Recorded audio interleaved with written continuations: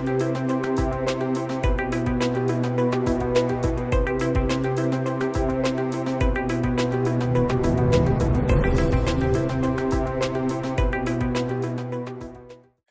Pastoral.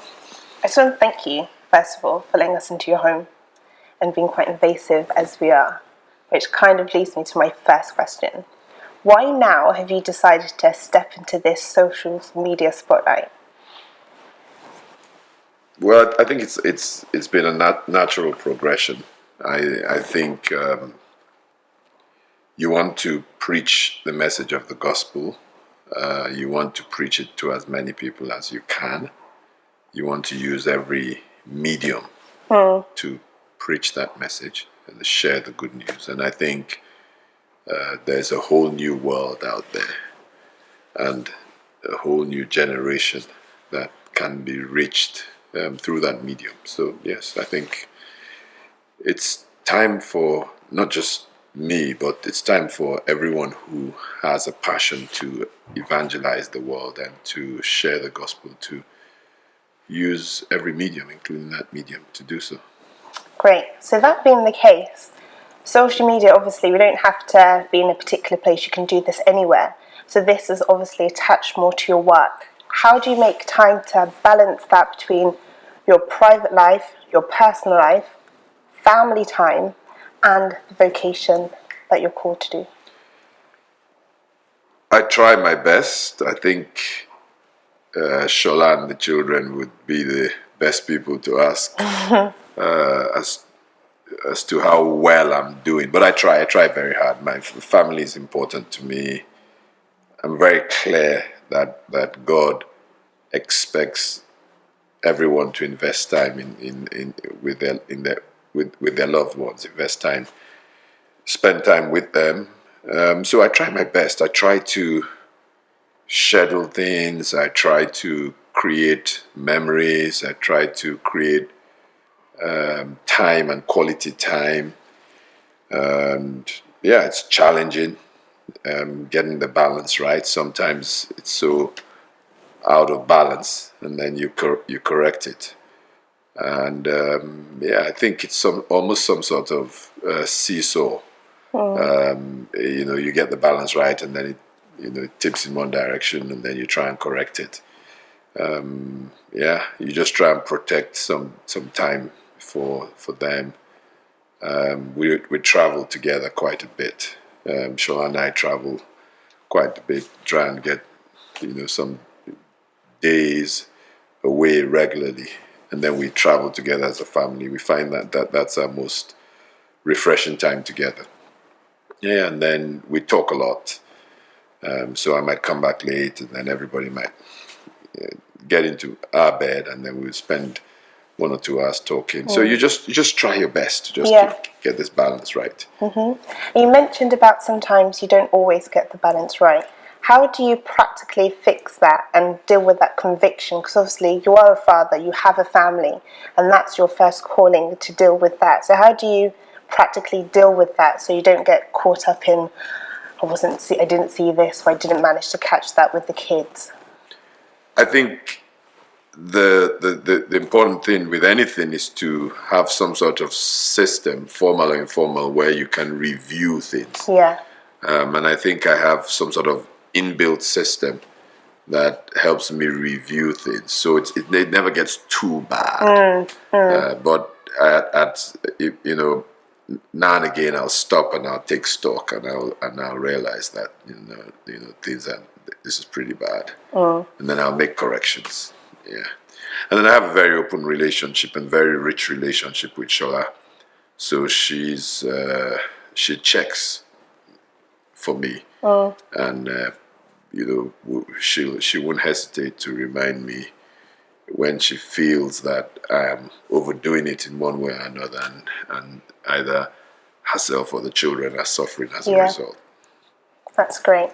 So speak a little bit about the time constraints that you have. But what do you enjoy most about being Pastor Agu? What do I enjoy most about what I do as a pastor? The truth is, I like a lot of what I do. I I love people.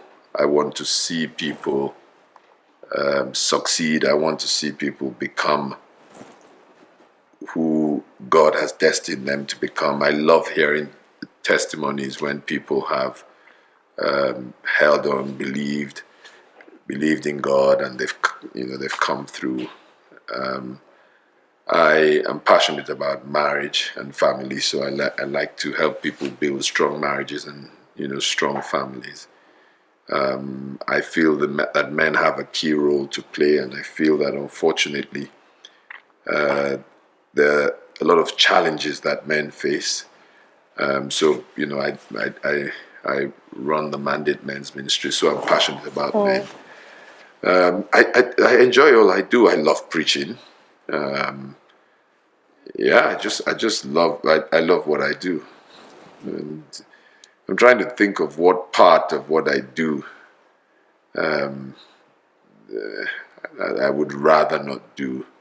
Sometimes the administration can get heavy, especially because I'm doing a bit, the oversight of the redeemed churches, yeah. and that's what 750 churches. That has a whole administrative load. Jesus House, which is, by British standards, it's a large church that has its own challenges as well. So I think the administration might be the thing that sometimes can get heavy. But I've got a great team, so that makes it easier. I've got a fantastic team. So I remember you saying a while back that sometimes you're at the airport, you see people coming over to you, and I was like, "Oh, Pastor Agu," and they're like, "Oh, do you remember me?" And you were like, And I remember you saying, "There's one of me, and there's like thousands of you guys. So you come over and you almost expect me to remember at a drop of a hat what happened." Do you think you could ever see yourself pastoring a small church? Yeah, I mean, I've never. It's never been a big church thing for me, and people forget that Jesus House started with 20-something people, so it was a small, something like that. So it was a small church. So yeah, done the small church, enjoyed it, loved every minute of it. Has its pluses, you know everybody's name. You can do everybody's naming ceremony. You can dedicate every home. But then you expect things of God to grow. You expect that the church should grow, that God should add to the church, and when it grows, you adjust to that. You create systems and structures that still retain some of the things that you had when you were smaller, when it's bigger. So it's never been the size of the church for me. I just love people, and I just want people to just be the best that they can be, to fulfill God's plans and purposes. If you give me 10 people, I would pour myself into 10 people. If you give me 40 people, I would pour myself into 40 people. If you give me 5,000 people, I would pour myself into 5,000 people. And if you give me 100,000, and more, that as can be the case in today's world, because you're not just speaking to a church, you're speaking via the internet and all the social media platforms. You're speaking to so many people. Then I pour myself into so many people. I just want the best for people. I want people to get to know God. I want people to enjoy the benefits of a walk with God. I want people to have strong marriages, good families, serve and change communities and nations. These are things that drive me. And I think it's quite evident, especially when you're preaching at church at Jesus House. And I think it's fair to say that when you come to Jesus House, most people realise it is a vibrant community. And a lot of people do look up to you, and it's like, how does he know that? How did he get that wisdom? Now, for the younger generation that are at church that are coming to you and they listen to you, out of everything you've been through so far, what would you tell that generation about what you've learned about life? Maybe like the 3 key points for now. Well, the first one would be that life throws some challenges your way. When I was much younger, I genuinely thought there were no bumps in the road. I just thought, I just thought there were no bumps in the road. Now, I realize that there are some bumps, there are some sharp turns, there are some potholes, there's all kinds of stuff. And so I would say what I would love to teach people, I guess that's really a major part of my ministry, is to teach people to be strong through life's challenges, to hold on to God, to know that it might not all make sense, but God hasn't lost control. And God is working something out. It kind of grieves my heart when people go through tough times and they turn on God. And, God, you're not there. God, you let me down. That kind of stuff. God never lets anybody down. So, yeah, that's one big thing I would love to teach people. If I was speaking to young people, to say, listen, sometimes life throws, curveballs at you. Sometimes life, there's a banana skin on the path of life. Sometimes there's a bit of turbulence. That's just life. Just gird your loins, hold on to God, settle certain things about God, and the kind of God He is. He's a good God. He's a merciful God. He cares for you more than you can ever imagine. He's listening, and then just hang in there and go through. So that's the first thing I would probably like to say. The second thing would be to say to people if I could live my life again, I would be more intentional. Okay. Yeah, I would definitely be more intentional, and I would have started being more intentional at a much younger age. So that's what I would say to people: be intentional about life. One of my favorite scriptures, as everybody knows, I've got a couple. I mean, not more than a couple. I've got a few. Well, actually, I've got a number. But if I was to choose one of my favorite scriptures, it would be Ephesians, the 5th chapter, and verses 15 to 17. See that you walk circumspectly, not as fools, Paul says, but as the wise, redeeming the time because the days are evil. And that's what I want to say to people: walk circumspectly. Be careful, be intentional, think about it, weigh it up, count the cost. Just don't stumble through life. People never achieve much stumbling through life. The people who are very intentional are the people who get the results that we envy or we admire, as the case may be. So that would be the second thing. And the third thing would probably be to say to people, learn to understand people. That has helped me tremendously. A great deal. Just understand people, understand the dysfunctions of human nature. I say to people that, if God deemed it fit to send a rescue mission led by His Son to come and save us from ourselves, then that should tell us that things were pretty bad, very dysfunctional. And when you understand that, and you understand how people arrive at where they are, the various things that have come into play in a person's past that has made the person you're relating to, you tend to be more forgiving. You tend to be more accommodating. You tend to overlook certain things. And generally, that's my attitude to life. Human beings are human beings. We're not God. So, don't expect an angel. If you want an angel, then go to heaven. We're work in progress. Yeah. Of course, I want people to be a work in progress, which means we're moving. Yeah. I'm better than I was yesterday. It should be. I'm better than I was last month. That's the way it should be. But I'm still not where I should be. So if you came up close to me, you will find some things that will probably irk you or rub you up the wrong way. I guess it would be the same with you. If I came up close to you, I'll find some things, some parts that are not functioning at the optimum. Yeah. So I think those three things would be what I would say. Wow, that's really useful, actually, very useful. I remember you spoke about your father. You said that when you came into Christ and you said that you're going to Pastoral church, he almost kind of threatened to almost disown you. And I guess maybe in a younger, well, I don't know if there is a generation or a time or an age where it's acceptable or it's cool to be a Christian, because it's almost seemed like you are throwing the gifts of the world. We're like, what? This is the path you're going to choose?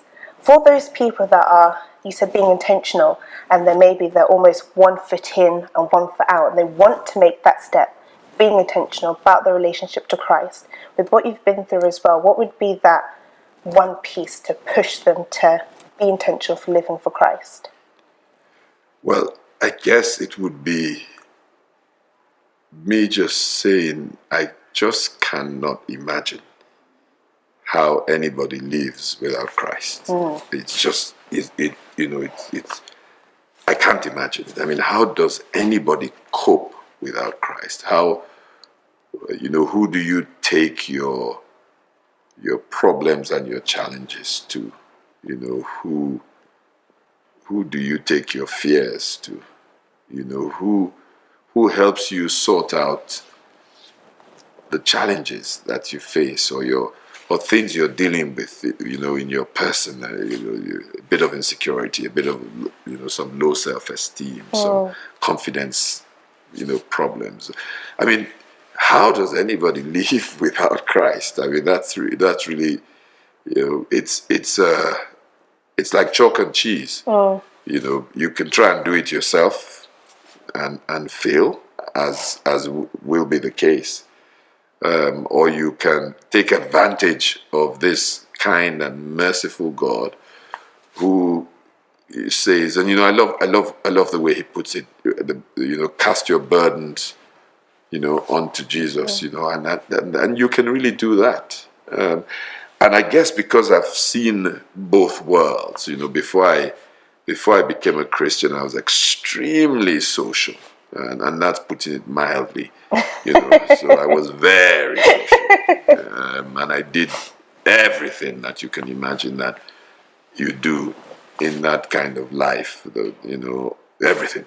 So I saw that life. So I'm in a position to weigh both of them. Someone might not be in that position, but I'm in a position to weigh both of them. I've done the clubbing, done the dabbled. We all smoked some weed, tried some tablets, done the whole, women and sex and all the madness, the drinking, partying, the craziness. I've done that. And then I'm in Christ. So I think I can compare. And there simply is no comparison. The joy, which I certainly didn't have. Moments of happiness I had, aided by a lot of things. But just the joy I have, that's not aided by anything. It's just joy. It's just get it. It's just in you. It doesn't depend on your circumstances. The peace that I have, the fulfillment that you find in Christ, and it's not a life that is up. It's not that there is. It's not that when I'm not saying you get into Christ and like a magic wand, all your challenges disappear. Yeah. Oh no, far from that. I mean, I faced some tough times in Christ, but just knowing that I'm not in that battle alone, and this is real. That God, Christ is in that battle with you. And there's no more graphic story than the story of those 3 Hebrew boys, thrown into this fiery furnace, and there's a 4th man in the fire, the silhouette of a 4th man in the fire. And that really is what it's about. Do you want to go into that fire on your own, or do you want to go into that fire with that 4th man, Christ, and know that it's, in a sense, his problem. He's going to take care of you in there. Yeah, I think that's great, actually. Never thought about life as a fire, almost like a burning chest, because it can be that way. Yeah. And I think for women, it can be okay, like, we rest on Jesus, he's a man, it's God the Father, but maybe for younger men and older men as well, that kind of reliance that, hold on, but I have a family and I have responsibility, and putting that down. And you were saying life is a fire, it's not a weak thing to depend on Christ, to see that with you, see him there with you. That's a really good analogy, actually. Yeah, and I mean, you just got to look at the Bible. There's some real men in the Bible. I mean, Gideon, Samson. I mean, Joshua was any man's man. This was a consummate general, great tactician, great strategist, amazing leader. Nehemiah. And I mean, the guys that you could write dozens of books about great leaders, great men who relied totally on God. I mean, Paul, and not talk about all the other apostles. So my final question, we started talking about the social media journey and being in the spotlight. As we follow you and look at you in different aspects as you go through going through your life, what do you want people to take away as we step into this journey with you? Well, I'm hoping that it can that my life can in some way inspire people. I'm not perfect, as I say every Sunday from the pulpit. I'm a work in progress myself. I make mistakes. Sometimes I fall down. God picks me up. So this isn't somebody who's got it all together saying to you, hey, look at my life, I've got it all together. This is just somebody who's trying to get it right as well. And this is someone who's also faced some tough times. I mean, as most people know, some years ago, my first wife, my wife then, Ify, passed away, and that was a trial and a half. It was a tough time. Came out of it stronger. Came out of it deeper in my faith. Not for 1 second did I have any anger or bitterness or anything towards God. Absolutely not. I've learned to accept God's sovereignty.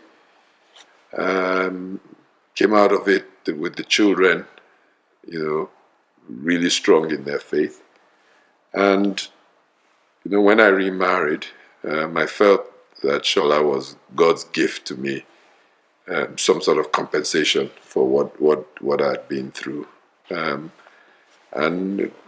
quite a compensation she is, So, yeah, so I'm not saying this is, some perfect, and I think that's actually, it's when we do that, those of us who are behind the pulpit, we actually end up putting people off. Of course, yeah. Because we don't want to create an impression.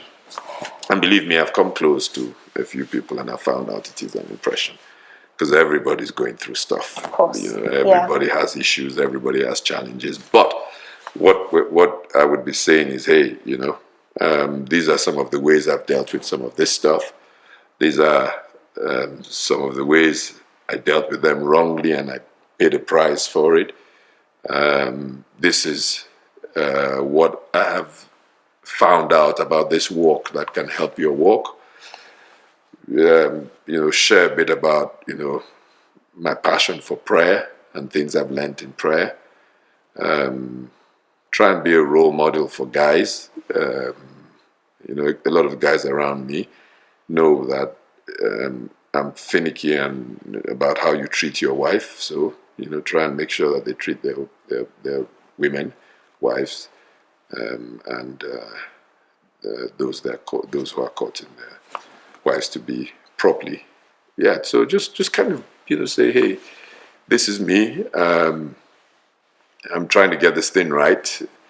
Let's go along on this journey, and let's reach out to God, ask for the help of His Spirit, and enjoy the journey. And it's important for me that we enjoy the journey. And anyone who knows me knows that that I feel that this is a journey to be enjoyed. The Christian life it's a narrow road. It is a serious business of our faith. We do want to get to heaven, and there is a heaven. I mean, it might not be trendy to talk about it, but there is a heaven and there is a hell. So we do want to get to heaven, but I feel God also wants us to live a life here that's fulfilling. And I don't think it would have been boring hanging around with Jesus. Just let's put it that way. I think it would have been a very exciting time to be with Jesus, and I think life should be like that.